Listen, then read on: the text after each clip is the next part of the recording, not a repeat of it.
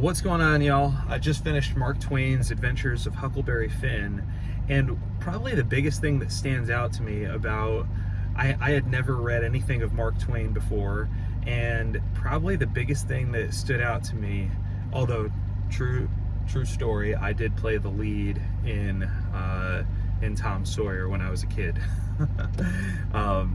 Yeah, actually, I dated the girl who played Becky Thatcher, and we started dating on a Friday, and if I remember correctly, she sent someone to break up with me on Monday. So shortest relationship ever. But going back to Huckleberry Finn, man, it was I think I was really struck by Twain's ability to transport you to just bring you into the story.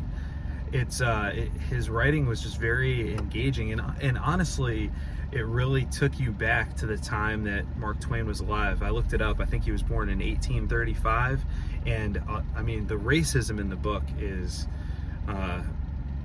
startling. You know, it represents the time. And I think what really stood out to me about Mark Twain's ability was just I guess just the detail and everything that he offered that really just brought you into the story.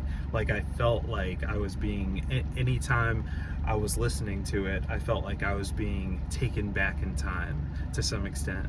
So I may go through it one more time just to really I feel like that sometimes that's helpful with a book that you feel like you may not have gotten everything from. But great book.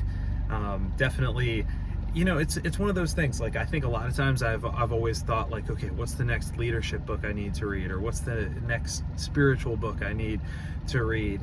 And sometimes it's really helpful to read a book that's outside of your normal repertoire. And that was kind of this for me. It was a fun book. It was, you know, the adventures of Huck and Jim and Tom, and it was just kind of fun. And I think sometimes that's important to have in your reading repertoire. So anyways, The Adventures of Huckleberry Finn by Mark Twain.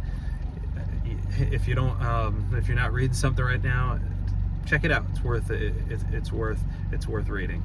Have a great day.